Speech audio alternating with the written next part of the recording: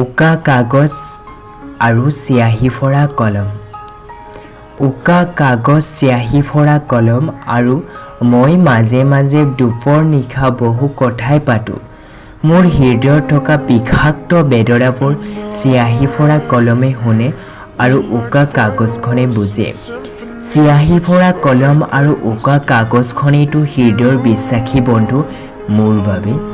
যেতিয়া হৃদয়ৰ বিষাক্ত বেদনাবোৰ হৃদয়ৰ ভাষাৰে পাতনি মেলো, তেতিয়া মোৰ দুই বন্ধুৱে কয়, যিকোনো মানুহক বিশ্বাসত হৃদয়ৰ বেদনাবোৰ ব্যক্ত নকৰিবা। তেওঁলোকে তোমাৰ পৰা সুবিধাহে ল'ব চেষ্টা কৰিব।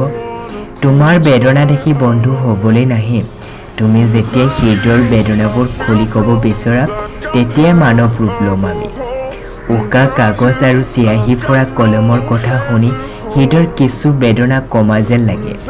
সেইবাবেতো আজিকালি দুপৰ নিশালৈ সময় কটাও উকা কাগজ আৰু চিয়াহী ফৰা কলমৰ লগত।